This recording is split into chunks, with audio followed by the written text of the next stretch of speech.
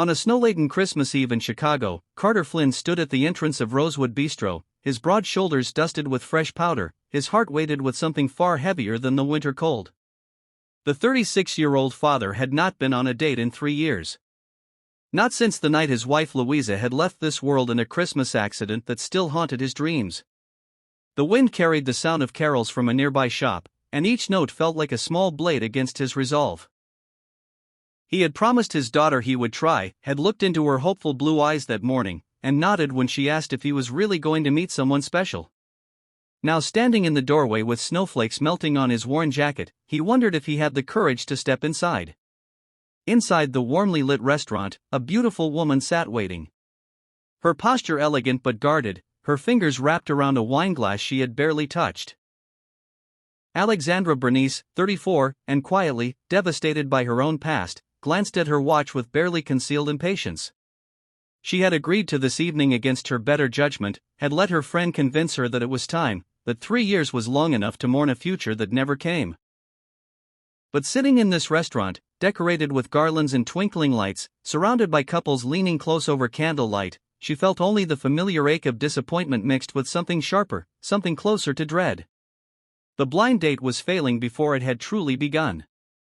Carter fumbled his words, spoke of home repairs and his daughter's school projects, his nervousness manifesting in gestures too large, laughter too quick. Alexandra offered polite smiles that never reached her gray eyes, answered questions about her work with the practiced brevity of someone who had learned to keep the world at arm's length. And then from behind a potted fir tree decorated with silver ribbons, a small voice whispered the words that would change everything. Bridget Flynn, 7 years old with hair like spun gold, tugged her father's sleeve and looked up at the distant woman across the table. "Daddy," she breathed, her blue eyes bright with a certainty no adult could explain. "She's the one." Carter Flynn had the kind of face that told stories without words. His features were kind, weathered by late nights and early mornings, by single parenthood and the weight of loss. His brown hair held streaks of premature gray at the temples, and his hands, rough from electrical work and plumbing repairs, were the hands of a man who had rebuilt his life from broken pieces. He had once been a mechanical engineer, brilliant and promising. But when Louisa died, he could not bear the corporate world anymore. He needed to be home for Bridget, needed to walk her to school, needed to be there when she woke from nightmares. So, he became a repairman, fixing water heaters and circuit breakers, earning just enough to keep their small apartment warm and their small world intact. His daughter was his entire universe. A tiny blonde girl with her mother's eyes and a wisdom that sometimes frightened him. Bridget carried a stuffed bear named Astrid everywhere, a gift from Louisa in her final days, and she spoke with the clear-eyed honesty of children who have seen sadness too young. Alexandra Bernice occupied a different world entirely. She was a senior marketing manager at one of Chicago's most respected firms. A woman who commanded boardrooms and negotiated million-dollar campaigns with cool precision. Her blonde hair fell in soft waves past her shoulders, professionally styled, and she dressed in tailored coats and silk scarves that spoke of success hard-won. But beneath the polished exterior lived a woman who no longer believed in fairy tales. 10 years earlier, she had lost her younger sister in a car accident, a grief that had carved out a hollow place in her chest. And just 3 years ago, on the eve of what should have been the happiest day of her life, her fiancé had confessed to an affair with her best friend. The wedding had been cancelled, the venue emptied, and Alexandra had locked her heart behind walls of professional ambition and calculated distance. She had agreed to this blind date only because her colleague had begged, insisted, promised it would be different. But sitting across from this gentle, awkward man, who smelled of sawdust and spoke of his daughter with reverence, Alexandra felt only the familiar ache of disappointment. The restaurant glowed with amber light. Garlands of evergreen draped along the walls, candles flickering on white tablecloths. Outside, snow fell in thick, silent curtains, blanketing Michigan Avenue in a hush that felt almost sacred. Carter tried to make conversation, asked about her work, her interests, but every sentence seemed to fall flat. He knocked over his water glass when he reached for the bread basket, and the resulting puddle spread across the table like a metaphor for his nervousness. Alexandra dabbed at it with her napkin, offered a tight smile, and Carter felt the evening slipping away like melting snow. What Carter did not know was that Bridget had wandered closer to their table. her small face pressed between the branches of the decorative tree. Watching, the little girl studied Alexandra with the intensity of someone reading a story only she could see. She noticed the way Alexandra's fingers kept returning to a silver necklace at her throat, a delicate chain holding a tiny snowflake pendant. She saw how Alexandra's eyes grew distant when Carter mentioned Christmas traditions, how her breath caught just slightly, as though she were swallowing pain. Bridget recognized that look. She saw it in her father's eyes every December, the shadow that passed over his face when carols played in grocery stores. The way he held his coffee cup a little tighter when neighbors spoke of family gatherings. Alexandra's snowflake necklace had been a gift to her younger sister, Emma, purchased at a street fair during a December years ago when the world still felt safe. Emma had loved snow, had danced in it, had believed in the magic of every unique crystal. When Emma died, Alexandra found the necklace in her sister's jewelry box and had worn it ever since. A quiet mourning she carried against her skin. She touched it now unconsciously as Carter spoke of his wife's love for winter, how Louisa had made snowflakes from paper every year and hung them in their windows. The coincidence pressed against Alexandra's carefully constructed composure like a crack in ice. Carter noticed the necklace, too. Noticed the sudden moisture in Alexandra's eyes before she blinked it away. He wanted to ask, wanted to reach across the table and offer comfort for whatever grief he had accidentally touched. But before he could find the words, Alexandra stood abruptly, excused herself to the restroom, and Carter watched her walk away, her spine straight, her steps measured. He dropped his head into his hands, certain he had ruined everything. It was Bridget who appeared then, sliding into Alexandra's empty chair with her bear clutched to her chest. Carter looked up, startled. "Sweetheart, you're supposed to be at the kids' table with the crayons." "She's sad like you, Daddy," Bridget said simply. "I can tell." Outside the snow intensified, wind picking up. The weather service warnings Carter had ignored earlier now proving prophetic. The storm that had been predicted as minor was strengthening, and the temperature was dropping fast. Inside Rosewood Bistro, the first signs of trouble began with a flicker of the overhead lights. Then a gust of wind that rattled the windows hard enough to draw nervous glances from other diners. When Alexandra returned to the table, her makeup carefully restored, she found Bridget sitting in her seat, small hands folded as though waiting for a grown-up conversation. "Your necklace is pretty," Bridget said, her voice gentle. "My mama had one like it. She's in heaven now." Alexandra's breath stopped. She looked at the child, really looked, and saw the same hollow ache she carried mirrored in eyes too young to understand such loss. "I'm very sorry," Alexandra whispered, lowering herself into the chair beside Bridget rather than across from her. "My little sister is in heaven, too." She loved snowflakes. Carter watched the exchange. Something shifting in his chest. A door he had bolted shut 3 years ago beginning to crack open. The lights flickered again, and this time they stayed dimmed. A waiter hurried past with an apologetic expression, murmuring about power fluctuations. Through the tall windows, the street outside had transformed into a whiteout. Visibility reduced to mere feet. Cars crawled along the avenue, their headlights diffused into useless halos. The bistro manager appeared, hands raised to quiet the murmuring crowd, announcing that the city had issued travel warnings and that streets were closing due to rapid accumulation and black ice. Carter immediately stood, his protective instincts overriding his awkwardness. "Bridget, we need to get home before this gets worse." He looked at Alexandra, apology written across his face. "I'm sorry. I need to get her somewhere safe." Alexandra stood too, her professional facade slipping to reveal genuine concern. "The buses have stopped running. I heard someone say the trains are delayed." "How far do you live?" 40-minute walk in good weather." Carter admitted with Bridget in this storm. "I don't know." Bridget, seeming to sense the adult anxiety building, squeezed her father's hand. "It's okay, Daddy. We'll be okay." But the child's reassurance proved premature. As Carter helped Bridget into her coat, as Alexandra gathered her own belongings, the little girl's attention was drawn to the window, to the swirling white world beyond. She had never seen snow fall so thick, had never watched it pile against glass in drifts that seemed to climb higher by the minute. Without thinking, entranced by the beauty and strangeness of it, Bridget slipped away from her father's side and pushed through the bistro's front door into the storm. The cold hit her like a physical force, stealing her breath, and she stumbled forward, her small boots immediately sinking into snow that reached past her knees. She wanted to turn back, but the door had closed behind her, and the wind was so loud she could not hear her own voice. Inside, Carter turned to take Bridget's hand and found empty air. His heart stopped. "Bridget," he spun, searching the immediate area. Then the color drained from his face. "Bridget!" The word came out as a roar that silenced the restaurant. He lunged toward the door, Alexandra right behind him, and they burst into the storm together. The wind sliced through clothing. The snow so thick it obscured the street, the buildings, everything. Carter's voice cracked as he called his daughter's name.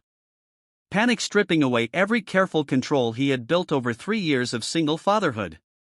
This was his nightmare, the one that woke him gasping at 2 o'clock in the morning. The terror that he would lose her the way he had lost Louisa, that he would fail the one person who needed him most. Alexandra, shivering in her wool coat that was elegant but utterly inadequate for a blizzard, saw the raw fear in Carter's face, and made a decision. She would not leave him alone in this. She cooped her hands around her mouth and called for Bridget, too, her voice nearly lost in the howling wind. They moved together, checking behind cars, between storefronts. Carter's hands shaking as he swept snow away from potential hiding spots. It was Alexandra who spotted the small pink shape huddled against a parked vehicle in the restaurant's parking area, a tiny figure nearly buried in white. "There," she pointed, and Carter was already running, his boots slipping on ice, his body crashing to his knees beside his daughter. Bridget was crying, her face red with cold, her teeth chattering so violently she could not speak. Carter pulled her into his arms, wrapped his coat around her, used his own body to shield her from the wind. "I've got you, baby. I've got you." His voice broke on the words. Alexandra arrived seconds later and without hesitation removed her own scarf and wrapped it around Bridget's head and shoulders, then pressed herself against Carter's back, adding her body as another barrier against the storm. The three of them huddled there, strangers hours ago, now locked together in a fight against nature's fury. "We can't stay out here," Alexandra said, her lips nearly numb. "We need to get back inside." Together, they struggled to their feet. Carter carrying Bridget, Alexandra guiding them back toward the amber glow of the bistro. They stumbled through the door and nearly collapsed. Snow sliding off them in chunks, water pooling on the floor. Other patrons rushed forward with blankets, with towels, with hot drinks. The manager announced that no one would be leaving tonight, that the restaurant would serve as an emergency shelter until the storm passed or city services could reach them. Carter sat in a corner booth. Bridget wrapped in 3 blankets, her small body still trembling. He rubbed her arms, her back, whispered reassurances while his own heart hammered against his ribs. Alexandra slid into the booth beside them, her hair plastered to her head, her expensive silk blouse ruined, her hands shaking from more than cold. She reached out and placed one hand on Bridget's knee, a gesture of comfort that surprised even herself. "You're very brave," Alexandra told the little girl softly, "braver than I've been in a long time." Bridget looked up at her, blue eyes still wet with tears but clearing. "You came to find me, too," she said. Just like Daddy, something passed between Carter and Alexandra. Then, an understanding that bypassed words. In that moment, in the chaos of the storm and the terror of nearly losing a child, the walls they had each built around themselves developed cracks. Carter saw not the polished professional who had seemed so distant at dinner, but a woman who had run into a blizzard for a child she barely knew. Alexandra saw not the awkward, grieving widower, but a father whose love was so fierce it bordered on holy. The bistro settled into an uneasy vigil. Families clustered together, strangers shared tables, and the staff moved through the room, offering what comfort they could. The power stabilized enough to keep the heat running, and someone found battery-powered lanterns that cast softer, kinder light than the overhead fluorescence. The golden glow transformed the restaurant into something timeless, a refuge suspended outside the normal flow of hours and obligations. It felt almost like a dream. This collection of people suspended between one moment and the next, waiting for the world outside to calm. Carter could not stop looking at his daughter, could not stop touching her hair, her face, assuring himself she was truly safe. The fear had dredged up memories he fought daily to suppress, memories of another winter night, of headlights sliding on ice, of the phone call that had ended his world. He had promised himself he would never let anything happen to Bridget, had structured his entire life around keeping her safe, and tonight he had failed. The guilt sat heavy in his throat, a stone he could not swallow.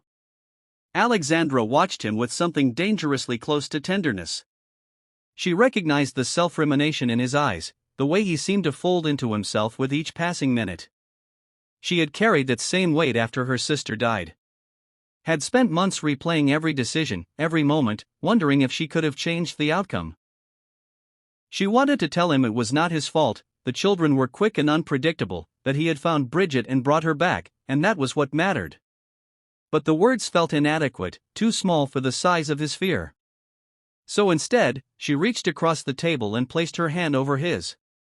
The touch startled them both. Carter looked down at their joined hands, then up at Alexandra's face, and found there an echo of his own pain, a recognition that went deeper than sympathy. "You lost someone at Christmas, too," he said quietly. It was not a question. Alexandra nodded, her throat tight. "My sister. My wife," Carter whispered. 3 years car accident on Christmas Eve." He swallowed hard. "I thought tonight maybe trying to move forward. Maybe it was time. But I don't know how to do this anymore. I don't know how to be anything other than Bridget's father. I don't know how to trust anyone anymore." Alexandra confessed. "I built my whole life around being someone who doesn't need anyone, who can't be hurt again. And then I watched you run into that storm for your daughter, and I thought, maybe I've been wrong about what strength looks like." Bridget, drowsy from warmth and exhaustion, murmured something neither adult caught at first. Alexandra leaned closer.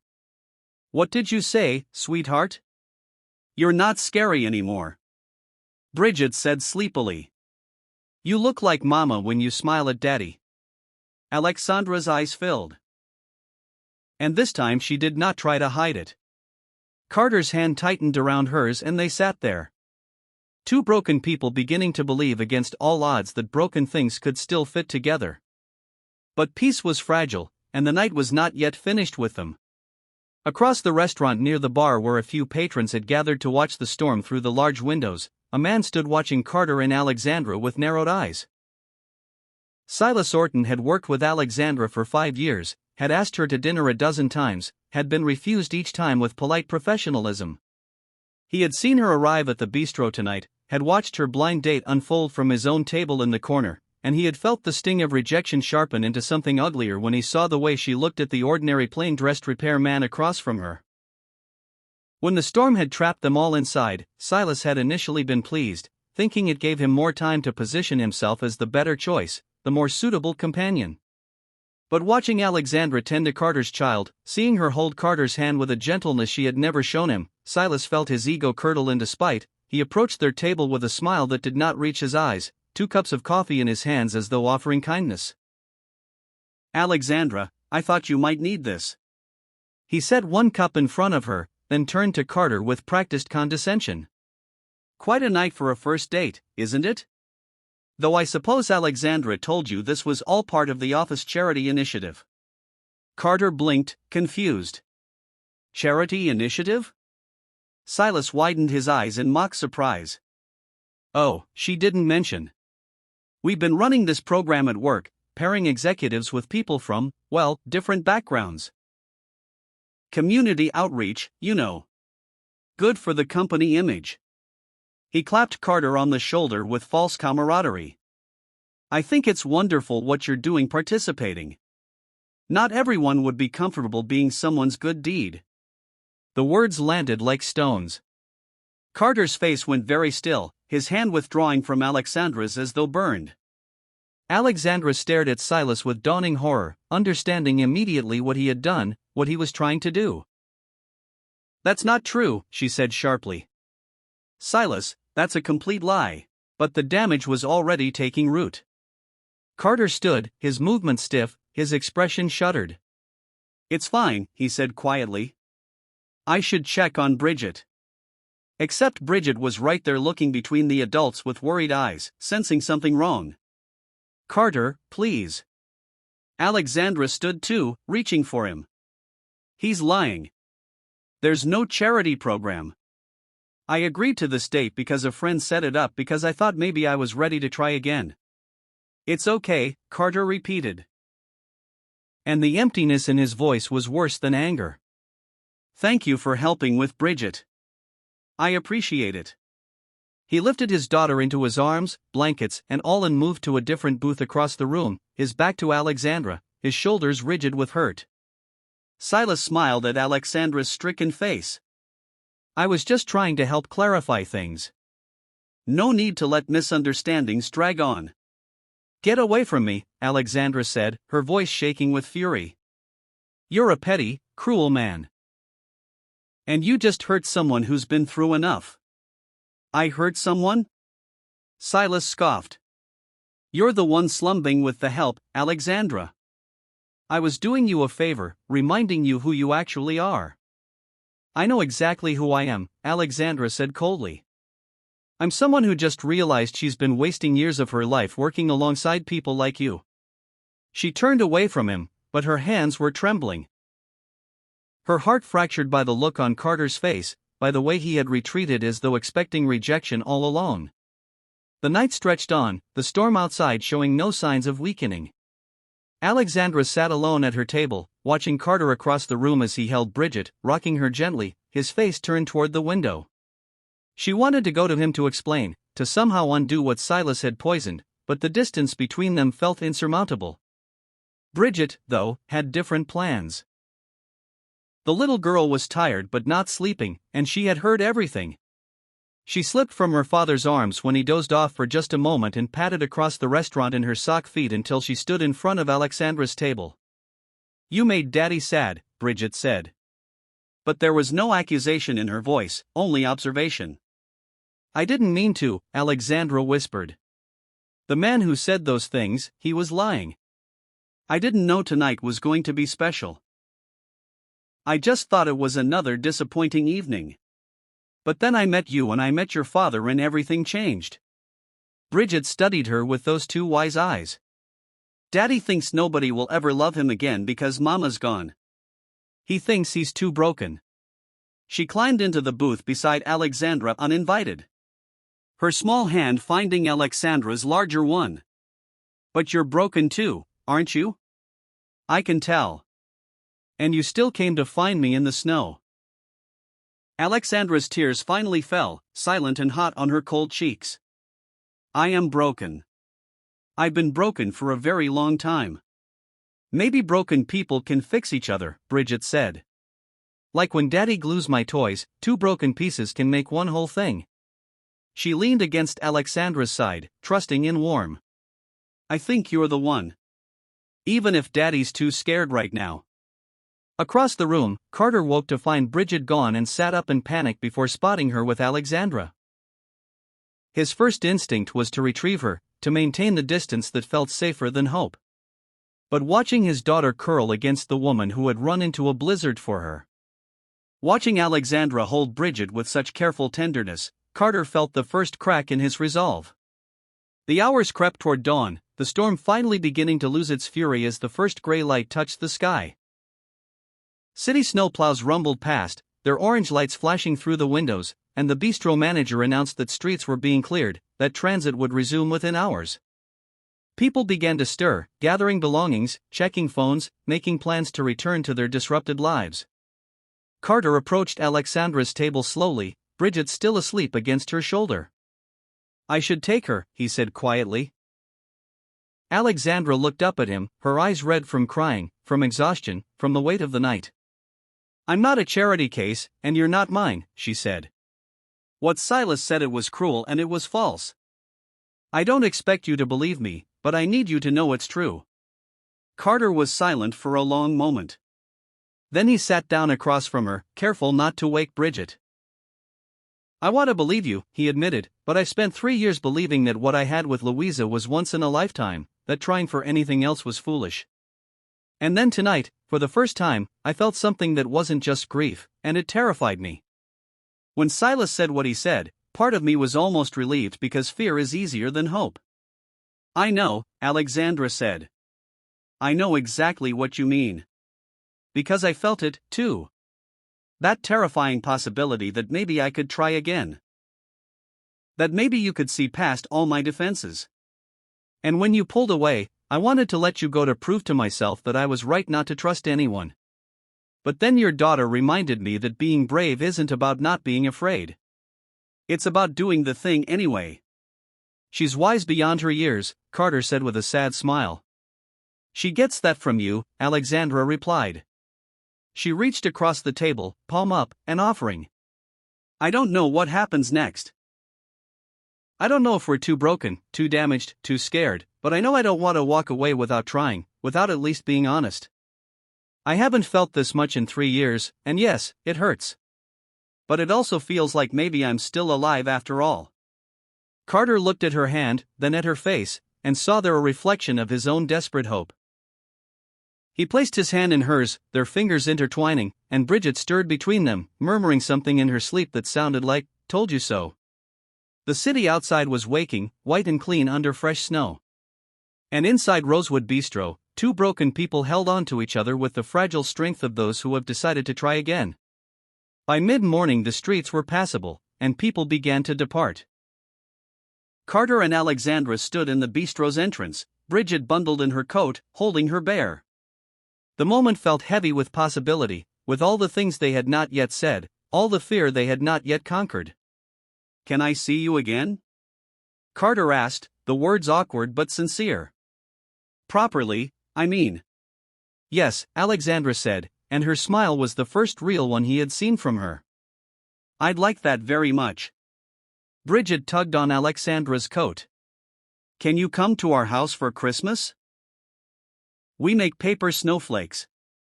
Daddy's not very good at it, but I can teach you." Alexandra knelt down to Bridget's level. "I would be honored to make snowflakes with you."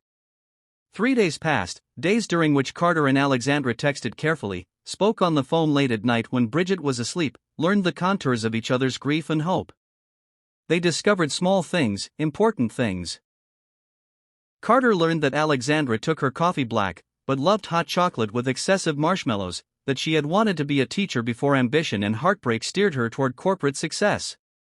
Alexandra learned that Carter sang off-key to old rock songs when he cooked, that he kept a photograph of Louisa in his wallet, not out of inability to let go, but as a promise to never forget where he came from. They were careful with each other, tender, aware that what they were building was fragile and precious. And on Christmas Eve, exactly 1 year after the storm, Alexandra arrived at their small apartment, carrying a bag of craft supplies and a heart that felt dangerously open. She had stood outside their building for 5 minutes, breathing in the cold air, steadying herself. This was the moment, she knew, when she would either step fully into the possibility of love again or retreat to the safety of solitude. She chose the former, chose courage, chose the chance to become whole. Carter answered the door in a flour-dusted apron, and the apartment smelled of baking cookies, of cinnamon, and vanilla, and home. Bridget squealed and launched herself at Alexandra, who caught her with a laugh that startled them all with its joy. A sound so pure it seemed to fill every corner of the small space. They spent the evening cutting paper snowflakes, each one unique, each one imperfect, hanging them in the windows where they caught the light from the small Christmas tree in the corner. The tree was modest, barely 5 foot tall, decorated with handmade ornaments and strings of popcorn that Bridget had insisted on making herself. It was nothing like the elegant trees Alexandra had known in her childhood. In the homes of wealth and carefully curated beauty. It was better when Bridget fell asleep on the couch, wrapped in blankets and clutching Astrid. Carter and Alexandra stood by the window, watching snow begin to fall again, gentler this time, peaceful. "I've been so afraid," Carter admitted. "Afraid that letting you in meant letting go of Louisa, that I'd be betraying her memory." "And now," Alexandra asked gently, "now I think maybe she'd want me to be happy again, to give Bridget a full life, to not spend the rest of my days just surviving." He turned to face Alexandra, taking both her hands. You make me want to live again, not just exist, and that's terrifying, but it's also the best thing I felt in years. Alexandra leaned her forehead against his. I spent so long thinking love was something that would destroy me again. That trusting anyone was just setting myself up for another betrayal. But with you, it feels different. It feels like maybe we can build something new out of all our broken pieces. Bridget was right, Carter said with a soft laugh. That first night when she said you were the one, I thought she was just a child making wishes. But she saw what I was too scared to see. The clock struck midnight, Christmas Day, arriving with quiet certainty. Carter cupped Alexandra's face in his callous hands and kissed her, gentle and reverent and full of promise. When they pulled apart, they found Bridget sitting up on the couch, grinning sleepily. I told you, the little girl said, supremely satisfied. She's the one, Daddy. Carter laughed. A sound of pure happiness that Alexandra felt in her chest like coming home. He pulled her close as Bridget joined them at the window. The three of them silhouetted against the falling snow.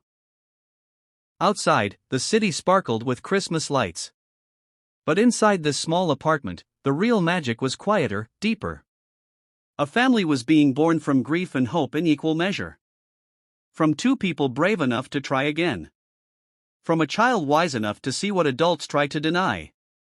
The paper snowflakes spun gently in the warm air. Each one different, each one beautiful, each one a small miracle hanging in the window like a promise that broken things, given time and love and courage, could become whole again.